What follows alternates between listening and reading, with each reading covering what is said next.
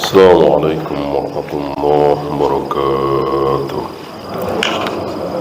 إن الحمد لله نحمده ونستعينه ونستغفره ونعوذ بالله من شرور أنفسنا ومن سيئات أعمالنا.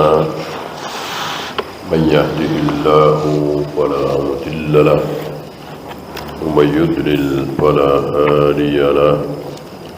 أشهد أن لا إله إلا الله وحده لا شريك له وأشهد أن محمدا عبده ورسوله وبعد. Kita lanjutkan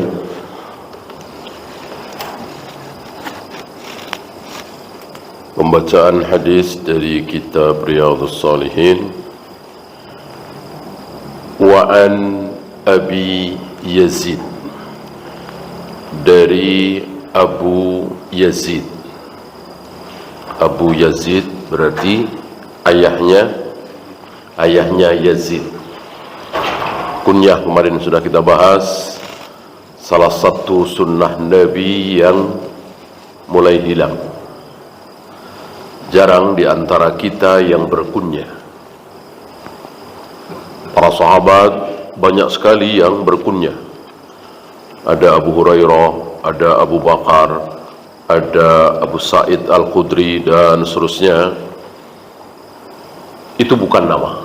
Jadi Abu Hurairah itu bukan nama, Abu Bakar itu bukan nama, Abu Sa'id Al-Khudri itu bukan nama, Abu Mas'ud bukan nama, tapi kunyah diambil dari anak tertua. Abu Hurairah kan Abdurrahman bin Sikhar. Abu Bakar kan Abdullah bin Abi Kuhafah. Ya. Walaupun di antara mereka tidak terkenal kunyahnya, seperti Umar bin Khattab, Abu Hafs, tidak begitu terkenal. Ya.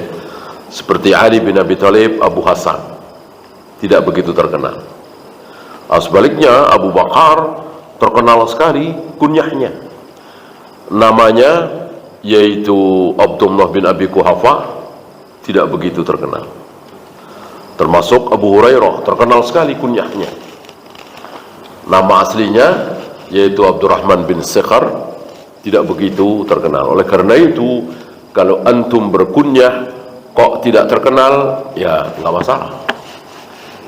Yang penting sudah dapat sunnahnya, mengikuti sunnah Nabi alaihi salatu wassalam.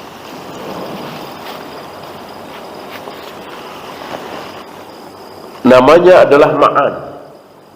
Jadi Abu Yazid itu namanya Ma'an bin Yazid. Berarti antara cucu dengan kakek namanya sama. Itu banyak di Arab. Ali bin Hasan bin Ali, Muhammad bin Ahmad bin Muhammad. Cucu dengan kakek namanya sama. Dan begitulah orang-orang Arab, dan mestinya kita juga seperti itu. Nama itu tidak usah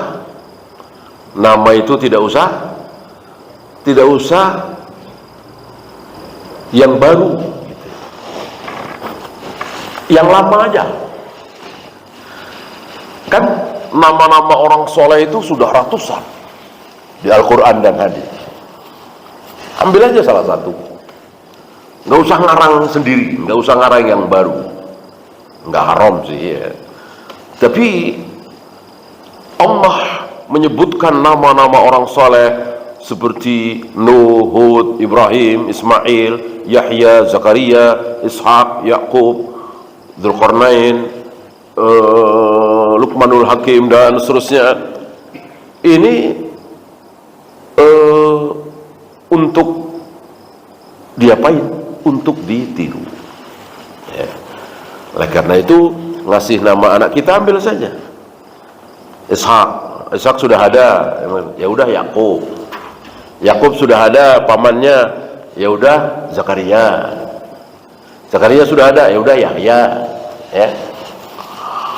Nah, kita larang sendiri dengan nama-nama bahkan singkatan, gitu ya. Ayahnya Jawa, ibunya Sunda, singkat apa misalnya Wanda, ya. Nah, tidak seperti itu nama itu, ya. Sudah ada di Al-Quran dan Sunnah, mereka orang-orang saleh. Dan mengambil nama mereka berarti kita sedang memohon kepada Allah supaya anak kita, cucu kita seperti mereka, ya.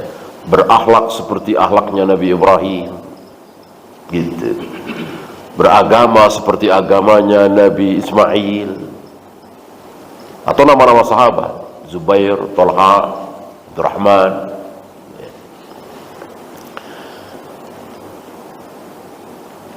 Ma'an bin Yazid bin Akhnas. Ma'an bin Yazid bin Akhnas. Huwa wa abuhu wa jadduhu sahabiyun. Dia, ayahnya, kakeknya, semuanya sahabat. Ini jarang-jarang nih. Anaknya bertemu dengan Nabi Muslim, ayahnya bertemu dengan Nabi Muslim, kakeknya bertemu dengan Nabi Muslim. Oh, ini jarang-jarang, ya. Salah satu nikmat dalam hal keluarga. Ada lagi Nabi, ayahnya Nabi juga, kakeknya Nabi juga, buyutnya Nabi juga, bahkan bapaknya para Nabi. Ini luar biasa keutamaannya. Dianya Nabi, ayahnya juga Nabi, kakeknya juga Nabi, buyutnya juga Nabi. Aku kalah, kata Rasul. Aku kalah dengan beliau dari segi keturunan. Ayah beliau kan jelas bukan Nabi. Ini dianya Nabi, ayahnya Nabi, kakeknya Nabi, buyutnya Nabi. Siapa? Yusuf alaihi salatu wassalam. Ayahnya Yakub. Nama lain Yakub siapa? Nama lain Yakub Israel, ya. Maka kita jangan mencaci maki Israel, menghujat Israel, menjelek-jelekkan Israel. Israel itu orang saleh. Imam Syafi'i, Imam Bukhari, Imam Malik kalah kesolehannya. Nabi, mana ada yang setingkat dengan Nabi, ya. Yang biadab, yang kurang ajar, yang bangsa kera dan babi, yang dicap al-maghdubi alaihim, dimurkai oleh Allah, bukan Israel, tapi Bani Israel, anak keturunan Israel, bukan Israelnya. Israelnya manusia yang luar biasa soleh. Bani Israel atau Yahudi, yang terlaknat, yang mal'un, yang al-maghdubi alaihim, yang gak mungkin mereka mau berangkulan dengan kaum muslimin, menepati janji, menolong kaum muslimin. Mereka nggak mungkin, ya. Itu Yahudi, ya. Kalau Yahudi baik, tidak menjajah, tidak membunuh kaum muslimin, tidak zalim, ya batal loh Al-Quran. Al-Quran batal, sabda Nabi batal. Kalau Yahudi itu baik, ya, nggak akan. Sudah dicap al-maghdubi alaihim. Kalau yang sebelahnya kan ad-dhalin. Dan itu kita ucapkan setiap kali kita salat. Ghairil maghdubi alaihim walad-dhalin. Jangan sampai aku, ya Allah, jangan sampai aku masuk ke dalam kelompok al-maghdubi alaihim Yahudi. Jangan sampai aku masuk ke kelompok ad-dhalin Nasrani. Ya. Aku mau masuk ke dalam siratal ladina an'amta alaihim, orang-orang yang telah engkau beri nikmat. Siapa? Orang-orang yang telah diberi nikmat oleh Allah siapa? Rasul dan para sahabat. Rasul dan para sahabat yang dijamin ridho, dijamin ampun, dijamin surga. Adapun Yahudi dan Nasrani dijamin neraka.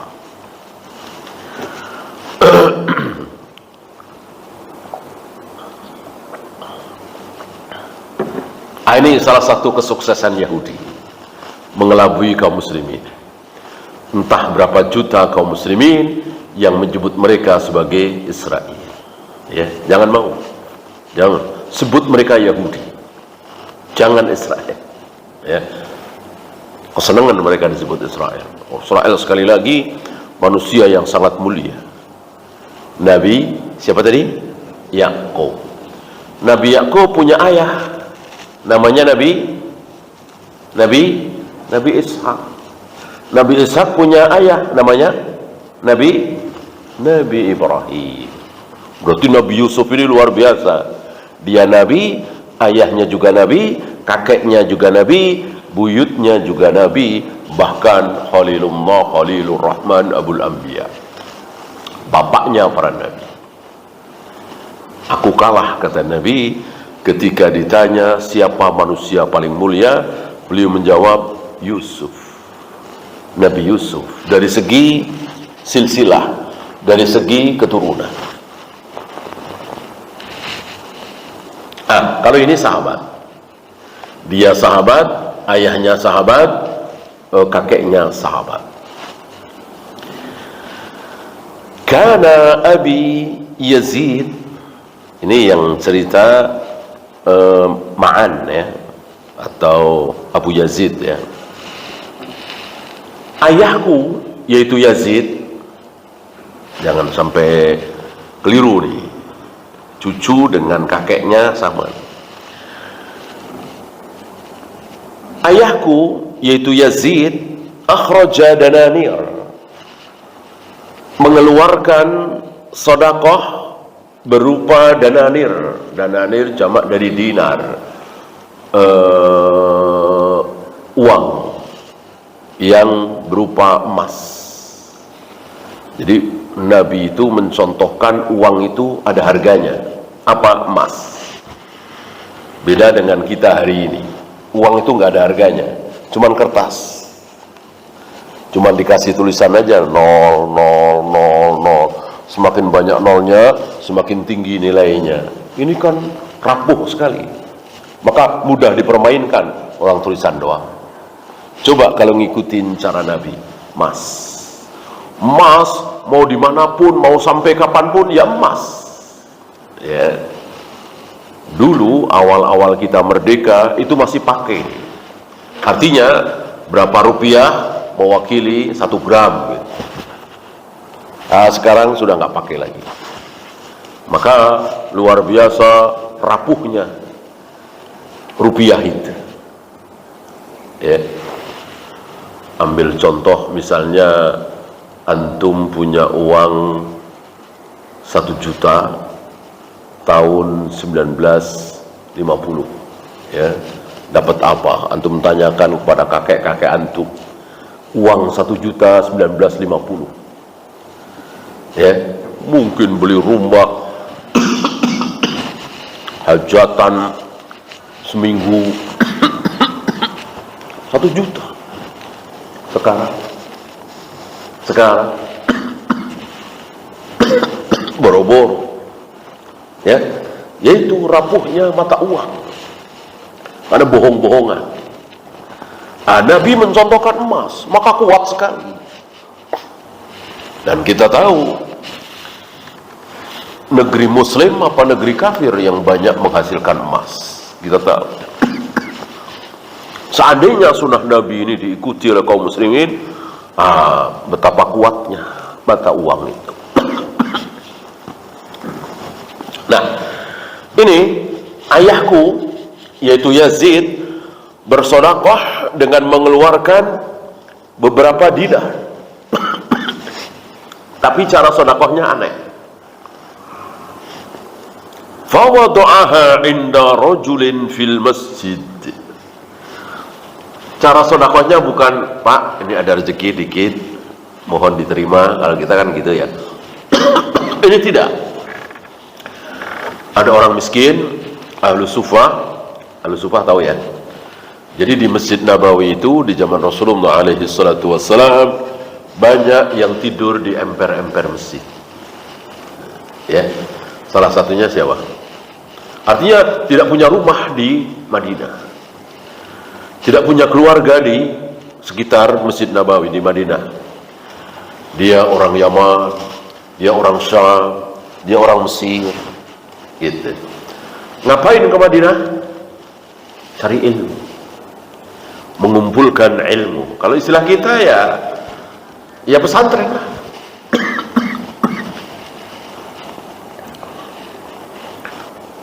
Dan mereka sering sekali lapar. Karena memang nggak punya kerjaan. Tujuannya betul-betul mencari ilmu. Nah, salah satunya Abu Hurairah.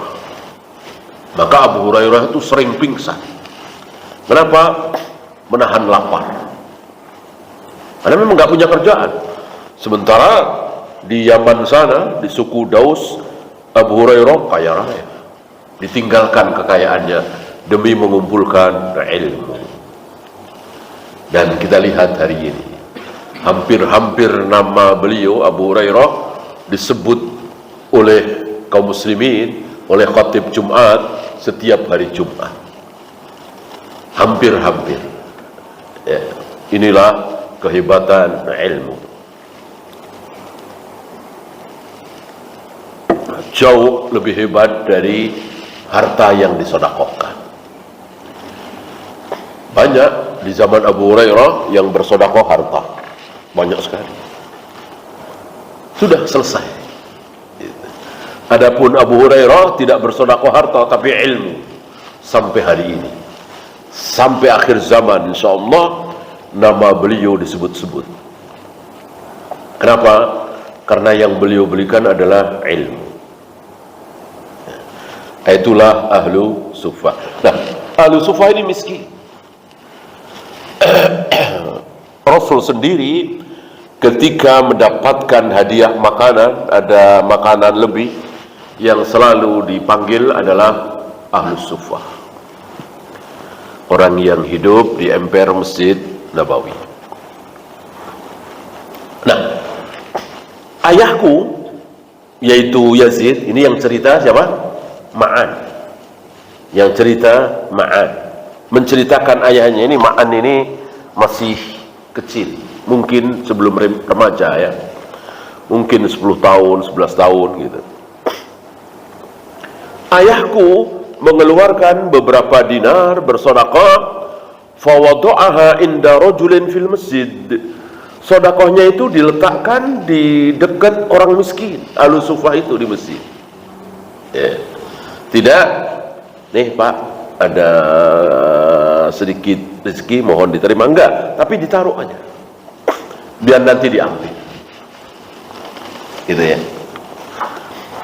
Mungkin kita sedikit bertanya, loh, apa boleh? Apa boleh? Kan kalau nggak dibilangin, ntar dia nggak berani ngambil, orang bukan milik dia. Ya, jawabnya boleh. Boleh. Ya. Jadi misal kita masuk masjid ini nih, di masjid ini ada uang 20 ribuan lah, atau 50 ribuan lah, atau di halaman sana, atau di tengah lapangan ada duit 50 ribuan. Boleh nggak kita ambil? Bukan untuk diamalkan, bukan untuk disedekahkan, bukan untuk dimasukkan ke kotak amal, bukan. Buat kita jajan, buat kita makan. Halal haram? Halal. Halal. Ya. Mana dalil? Ini salah satu dalil. Dalil lain, Nabi pernah melewati satu jalan, beliau melihat sebutir kurma. Jelas bukan milik beliau itu. Beliau ambil kurma itu, beliau ambil, beliau mau makan. Tiba-tiba beliau ingat bahwa di tempat ini ada kurma, ada kurma zakat. Ada kurma zakat di dekat sini, ada harta zakat, kurma zakat. Maka beliau taruh lagi. Beliau nggak jadi makan karena beliau, Hasan, Husain, Fatimah, Ali, keluarga beliau haram makan harta zakat. Beliau dan seluruh keluarga beliau, istri-istri beliau haram memakan harta zakat. Ya. Seandainya beliau yakin bahwa kurma itu bukan kurma zakat, tentu akan diambil oleh beliau dan dimakan. Gitu. Padahal jelas bukan milik beliau. Dari sini keluar hukum bahwa apabila di tempat umum, masjid, lapangan, jalanan, kok ada harta yang tidak terlalu banyak, bukan ratusan juta, bukan miliaran, ya mungkin 50.000, mungkin 100.000, bolehkah diambil? Boleh, kecuali ratusan juta.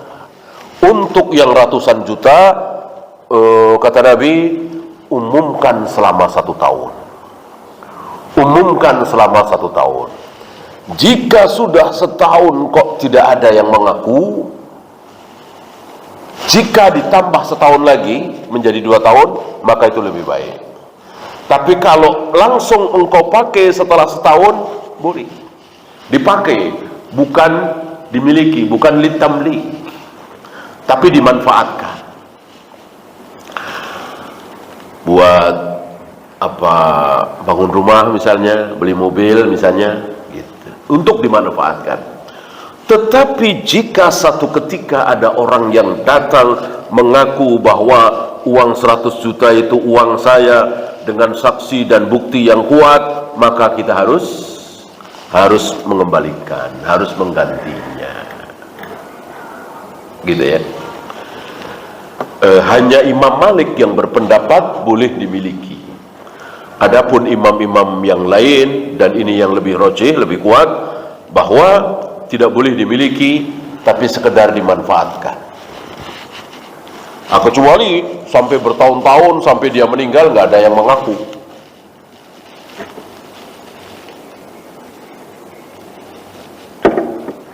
Nah, maka ahli sufah, orang-orang miskin ini boleh mengambil, kan di masjid, tempat umum, gitu. Kalau tempat khusus ya nggak boleh. Ya. Di terasnya Pak RT ada uang 50 ribuan, boleh nggak kita ambil? Ya nggak boleh. Itu kan terasnya Pak RT, bukan tempat umum. Yang tempat umum itu lapangan, masjid, jalanan, itu boleh. Fa'aqadaha, kata Simaan, kata anaknya itu, aku ambil. Jadi ayahnya Yazid meletakkan beberapa dinar di samping orang miskin. Orang miskin itu belum ngambil, malah diambil sama anaknya, sama Ma'an. Itu. Fa'aqadtuha fa'ataituhu biha. Setelah aku ambil, aku menjumpai ayahku. Ayah, uang ayah yang ayah taruh itu aku ambil. Kata ayahnya, kata Yazid, wallahi ma iyyaka aradtu. Demi Allah, bukan engkau yang aku maksud. Yang aku maksud orang miskin tadi. Kenapa engkau ambil? Balikin. Kira-kira begitu. Ya, maksudnya begitu. Tapi nggak mau. Fa khasamtuhu ila Rasulillah sallallahu alaihi wasallam. Aku nggak mau mengembalikan, maka aku mengadukan perihal ayahku ini kepada Nabi sallallahu alaihi wasallam. Pengen tahu dari Nabi hukumnya gimana nih? Boleh apa tidak? Haknya siapa? Nah, maka datanglah anak dan ayah ini. Siapa? Ma'an dan Yazid. Anak dan ayah Ma'an dan Yazid datang kepada Nabi alaihi salatu wassalam. Ini sekali lagi bukan anak memperkarakan ayahnya seperti yang sering pernah kita dengar ya. Anak melaporkan ayahnya kepada polisinya, kepada polisi.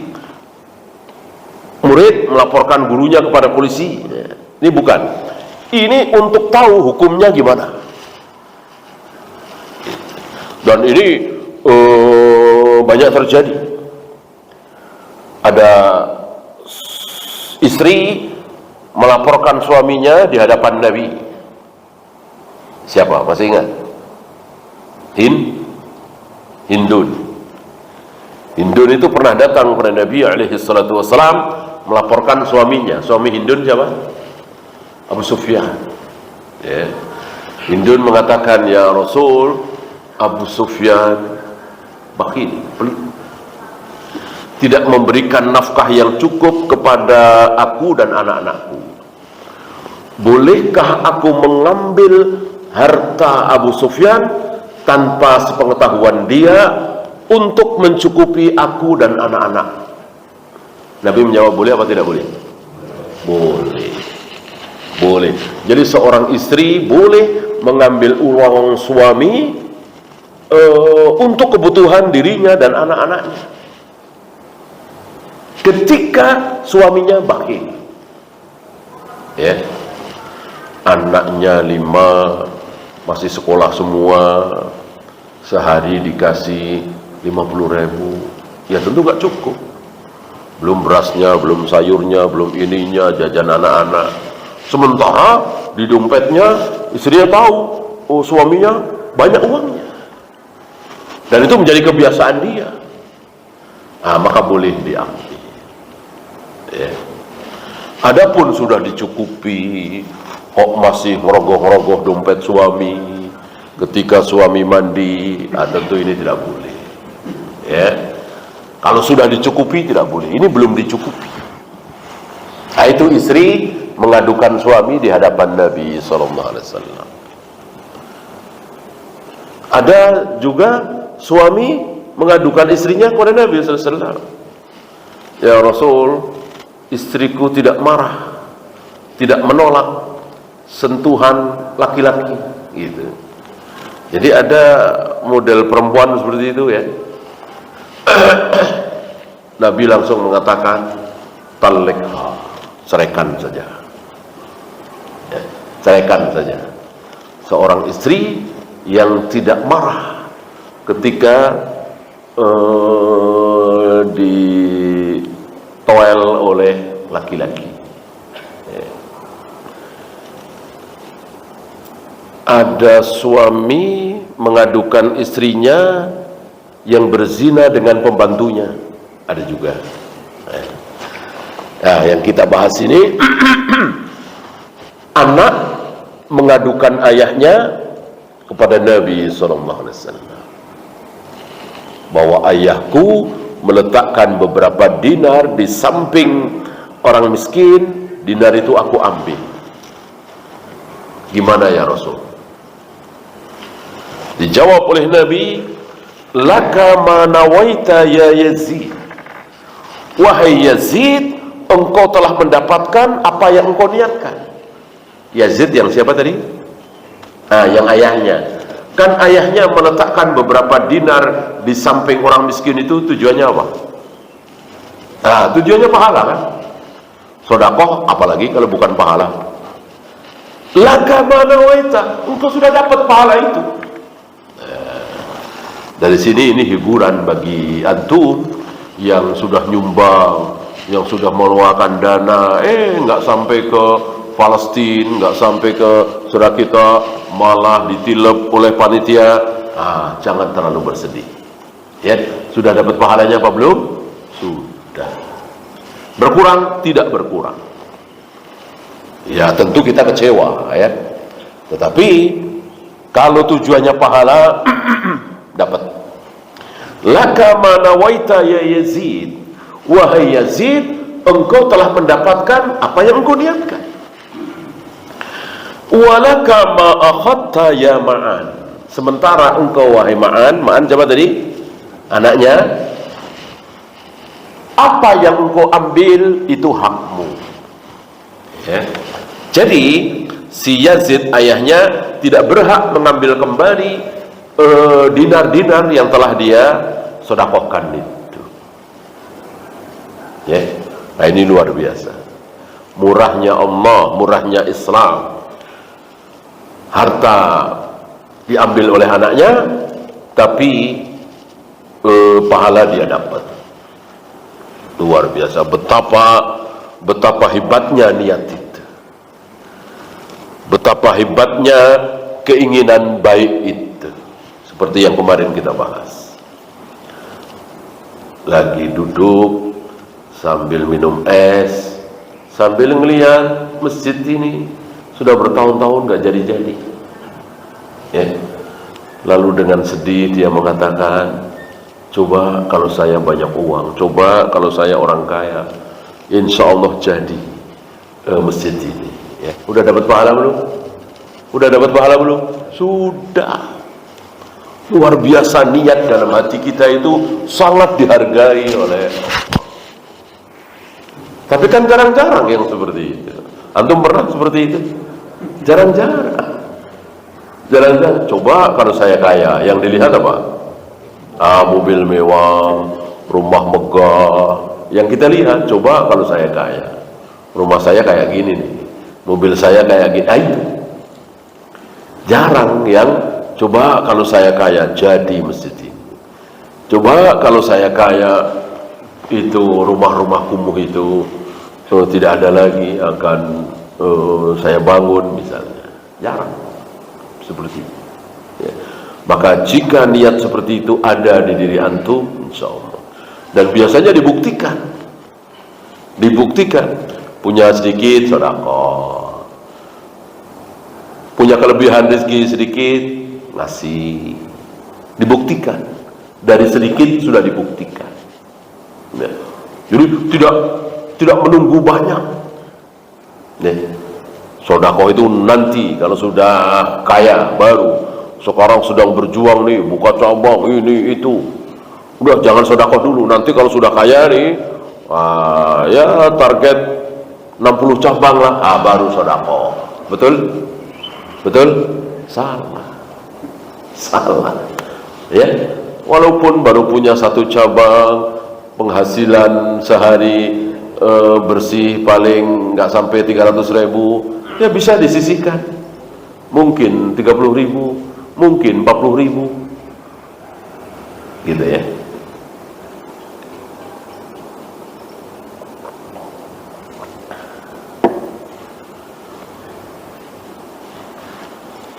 Ya, rawahul Bukhari, hadis ini sahih riwayat Imam Bukhari. Ada 1, 2, 3, 4, 5, 6, 7. Ada 7 fawaid, ada 7 kesimpulan hukum dari hadis ini. Saya bacakan yang pertama.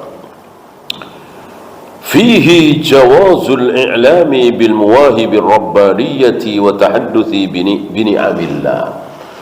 Bolehnya menceritakan kelebihan diri sendiri. Bolehnya menceritakan nikmat Allah. Apa istilahnya? Tahadduts bi ni'matillah. Wa amma bi ni'mati rabbika fahaddits. Terhadap nikmat-nikmat Tuhanmu, maka apa? Ceritakan. Salah satu sunnah adalah menceritakan nikmat. Kita dapat nikmat nih, cerita-cerita. Gitu. Misalnya antum ngasih saya baju misalnya. Antum ngasih saya makanan misalnya. Saya cerita-cerita ke orang. Kan antum senang. Ya. Nih baju yang saya pakai ini dari Pak Fulan gitu. Allah Rabbul Alamin senang. Kalau nikmatnya kita cerita-ceritakan, saya begini, nikmat. Ya. Apa istilahnya? Tahadduts bi nikmatillah. Tadi kan, aku, ayahku, kakekku, semuanya muslim, bertemu dengan Nabi sallallahu alaihi wasallam, sahabat. Ini kan nikmat. Bolehkah diceritakan? Boleh. Ketika kita yakin aman dari riya. Kalau kita tidak merasa aman dari riya, ya nggak usah. Ya. Berapa banyak dari kita yang menceritakan kelebihan dirinya sendiri, yang anak orang kaya, yang anak lurah, yang anak pejabat, yang selalu ranking pertama, tapi ada unsur riya, unsur kesombongan. Nah, jangan. Ya. Oleh karena itu, ya lihat-lihatlah, ceritanya lihat-lihat. Cerita sama anak-anak, anak cucu. Karena cerita sama anak cucu kan, insya Allah nggak ada unsur riya. Ya.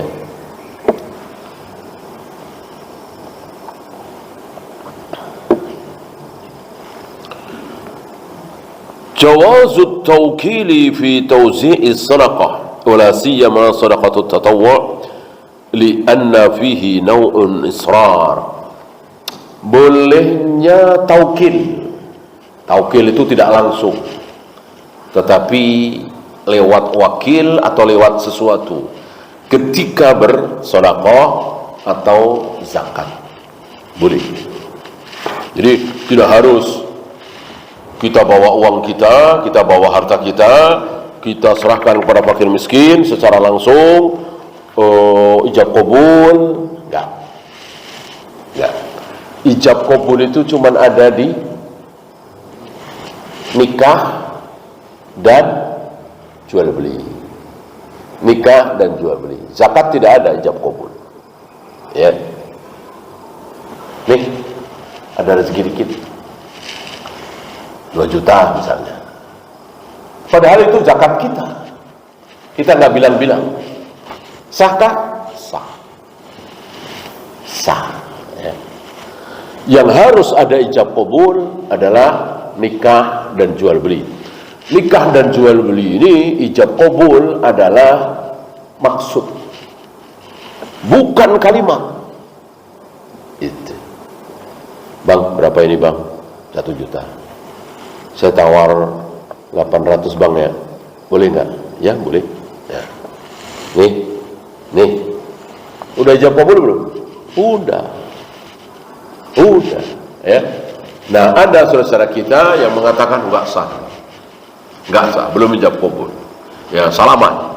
Ya, saya terima beli 800.000, saya terima jual.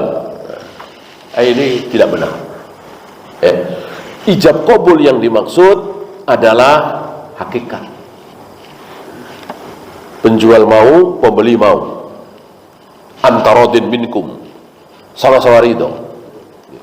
Mau pakai bahasa isyarat, mau pakai bahasa tertulis, sama dengan akad nikah. Apakah orang bisu tidak boleh nikah? Kan boleh. Gimana akad nikahnya kalau dia bisu atau tunarungu atau tentu dengan isyarat? Bolehkah? Boleh. Ya.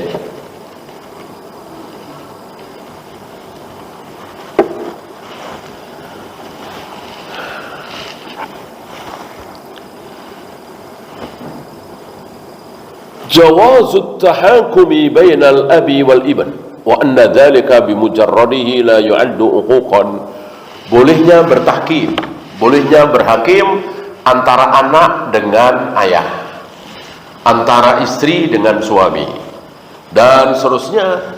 Ini bukan berarti uququl walidain, bukan berarti tidak birrul walidain. Kan nanya masalah hukum, ya, nanya masalah hukum. Ada yang lebih dahsyat yang saya singgung tadi. Jadi ada 3 orang, suami, istri, dan bujangnya, pembantu laki-laki. Ini datang kepada Nabi sallallahu alaihi wasallam. Ya Rasul, istriku ini berzina dengan pembantuku ini. Fahkum bainana bi kitabillah, mohon hukumi kami dengan kitab Allah Al-Quran. Kata Nabi, ya, sanahkumu alaikum bi kitabillah, akan aku hukumi kalian dengan Al-Quran. Yang bujang karena dia belum pernah nikah, maka dicambuk 100 kali. Yang wanita ini karena dia sudah nikah, maka dirajam sampai mati. Nah, pertanyaan besar, ya, adakah hukum rajam dalam Al-Quran? Jawabnya tidak ada. Tidak ada. Kalau antum penasaran, boleh dicek dari Al-Fatihah, Al-Baqarah, Ali Imran, An-Nisa, Al-Maidah sampai terakhir An-Nas. Adakah perintah rajam? Tidak ada. Yang ada cambuk. Wazaniyatu wazani fajlidu kulla wahidin minhuma mi'ata jaldah. Pezina baik perempuan dan laki-laki cambuklah 100 kali. Rajam nggak ada. Ya. Sementara Nabi mengatakan, akan aku hukumi kalian dengan Al-Quran. Padahal di Al-Quran tidak ada rejam, hukumannya rejam. Apa yang disimpulkan dari sini? Ketika Nabi dan ketika Allah dan ketika siapapun menyebut Al-Quran saja, maka masuk di dalamnya sunnah, hadis. Ketika Allah dan Rasulnya menyebut sunnah saja, maka masuk di dalamnya Al-Quran. Itulah kaidah yang sering diucapkan oleh para ulama, Al-Quran wa sunnah idza ijtama'a iftaraqa wa idza iftaraqa istama'a. Al-Quran dan sunnah itu kalau bertemu maka berpisah, kalau berpisah maka bertemu. Artinya apa? Kalau bertemu Al-Quran dan sunnah, maka berpisah. Al-Quran lain, sunnah lain. Kalau berpisah, mari kita berpegang kepada Al-Quran. Sunnah nggak disebut, maka bertemu, sunnah masuk. Si fulan ahlus sunnah, otomatis dia ahli Quran. Si fulan ahli Quran, otomatis dia ahlus sunnah. Kalau disebut satu saja. Kalau disebut dua-duanya, ya tentu Al-Quran lain, sunnah lain. Al-Quran yang 30 juz itu, sunnah yang ada di Bukhari, Muslim, Abu Daud, Nasai, Tirmidzi, Ibnu Majah, dan seterusnya. Ya. Begitu juga mukmin muslim. Mukmin muslim apabila bertemu maka berpisah, apabila berpisah maka bertemu. Maka ketika dikatakan si fulan mukmin, otomatis muslim. Si fulan muslim, otomatis mukmin. Ya. Tapi kalau bertemu si fulan ini muslim apa mukmin, maka mukmin lain, muslim lain. Seperti orang-orang Arab Badui datang kepada Nabi alaihi salatu wasalam, qalu amanna ya Rasul, kami telah beriman. Kata Nabi, jangan bilang kalian telah beriman, walakin qulu aslamna. Cukup ucapkan oleh kalian, kami telah masuk Islam. Iman lain, Islam lain. Mukmin lain, muslim lain, karena bertemu. Begitu juga fakir miskin.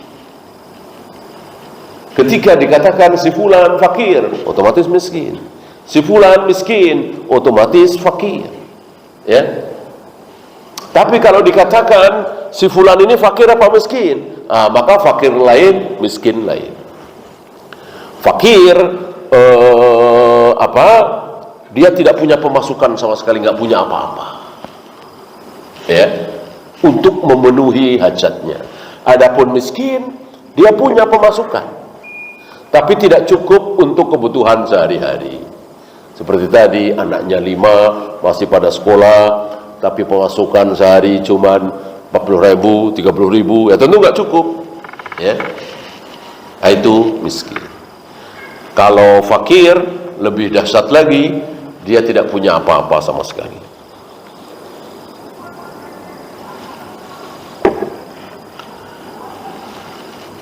yajuzu daf'u shadaqati tatawwu'i lil furu'. Nah, sedekah itu ada dua ya. Sedekah itu ada yang wajib, ada yang tidak wajib. Apa sedekah yang wajib? Masuk sedekah ada yang wajib? Ada. Zakat. Apa antum nggak ingat ketika Allah mengatakan bahwa buat fakir, miskin, mu'alaf, ibnu sabil, gharib, yang 8 itu kan? Apa? Zakat kan? Ya, ayatnya apa? Innamaz zakatu lil fuqara'i wal masakin gitu. Apa innamas sadaqatu? Ya innamas sadaqat. Innamas sadaqatu lil fuqara'i wal masakin. Sedekah itu untuk fakir, miskin, mu'alaf, ibnu sabil. Yang dimaksud apa? Zakat. Di ayat itu disebut sedekah. Ya, tahulah kita dari sini bahwa sedekah itu lebih luas dari zakat. Zakat pasti sedekah, sedekah belum tentu zakat. Zakat itu sedekah. Sedekah yang wajib. Dan ada ketentuannya. Harus 2,5% gitu. Dan yang dizakati jelas ada emas, ada perak, ada ternak. Ternaknya jelas, ternak kambing, ternak sapi, ternak unta. Nggak ada ternak bebek, ternak ayam, nggak ada. Zakat ternak ayam, ternak bebek, nggak ada. Yang ada ternak kambing, ternak sapi, ternak unta. Dan jumlahnya jelas. Kalau punya 40 kambing, zakatnya 1 ekor kambing. Kalau punya 30 sapi atau kerbau, zakatnya 1 ekor sapi. Kalau punya 25 unta, zakatnya 1 unta. Nah kalau bebek, kalau punya bebek 1000, zakatnya berapa? Nggak ada jawaban. Emang zakat bebek nggak ada, ternak bebek, ternak ayam nggak ada. Yang dizakati apanya? Kalau sudah jadi duit. Kan ternak ayam, ternak bebek, ternak lele dijual kan jadi duit. Duitnya yang dizakati. Beda dengan kambing, sapi, unta. Jadi duit nggak jadi duit. Siapapun yang punya kambing 40 diambil 1 oleh petugas. Siapapun yang punya sapi 30 diambil 1, 60 diambil 2, dan seterusnya. Jadi duit nggak jadi duit. Kalau tadi di luar kambing, sapi, unta, ya harus jadi duit dulu.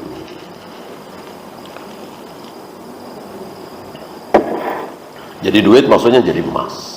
Ya, zakat emas 2,5%.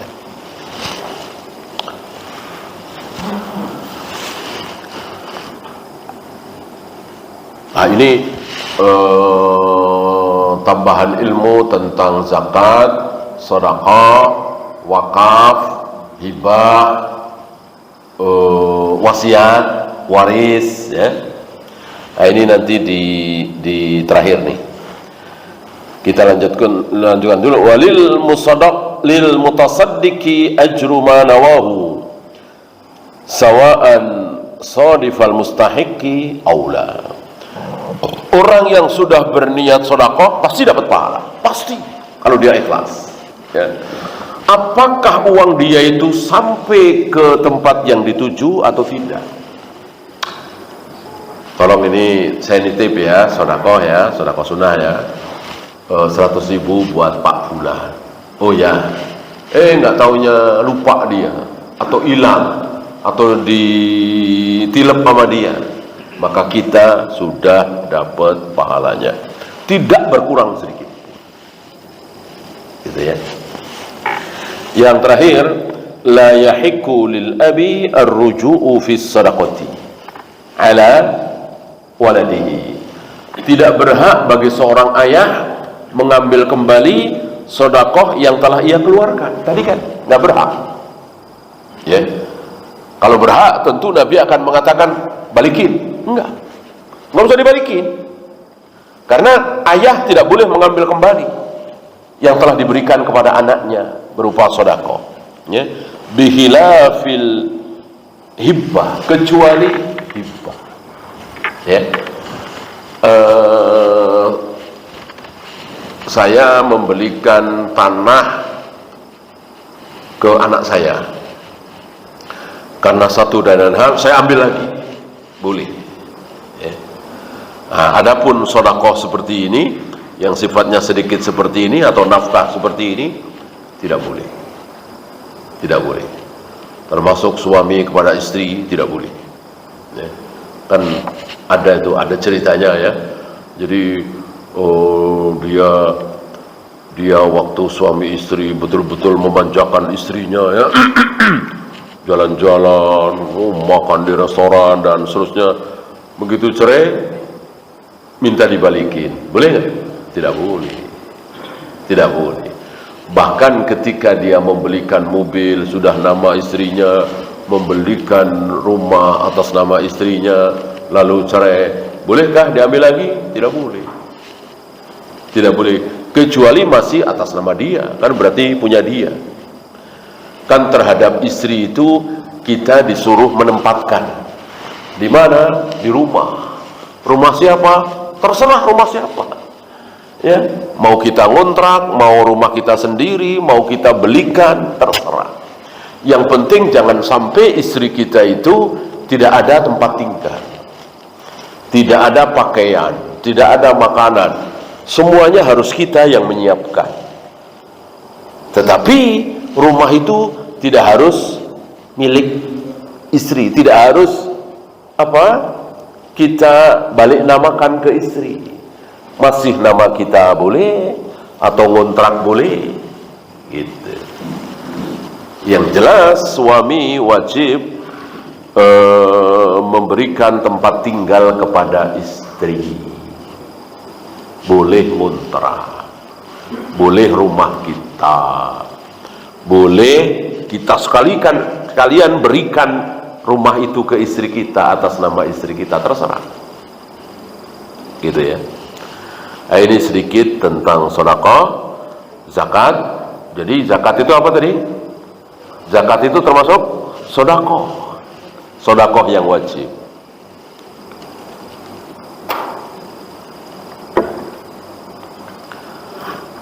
Wasiat, wasiat nanti insya Allah kita bahas setelah ini, ya. Waris, antum tahu waris, ya. Wakaf untuk selamanya, ya. Jadi bukan uang, bukan makanan, tapi tanah. Wakaf. Sifat wakaf ini 3. La tuhabu wa la turiftu, tidak boleh dihibahkan, tidak boleh diwariskan, dan tidak boleh dihadiahkan, ya. Jadi selamanya milik kaum muslimin, tidak boleh dijual, tidak boleh diwariskan, ya. Jadi ketika saya sudah mewakafkan tanah saya 100 meter misalnya, maka anak saya, cucu saya tidak berhak. Sebelum diwakafkan masih berhak. Oleh karena itu, kalau ada di antara antum yang memberikan tempat untuk TPA misalnya, untuk pesantren misalnya, sekolah Islam misalnya, buru-buru diwakafkan, ya. Kalau tidak, nanti kita meninggal, anak kita, cucu kita bisa menuntut, maka segera diwakafkan. Wallahu. Ya, itu saja. Sebelum ditutup, silakan.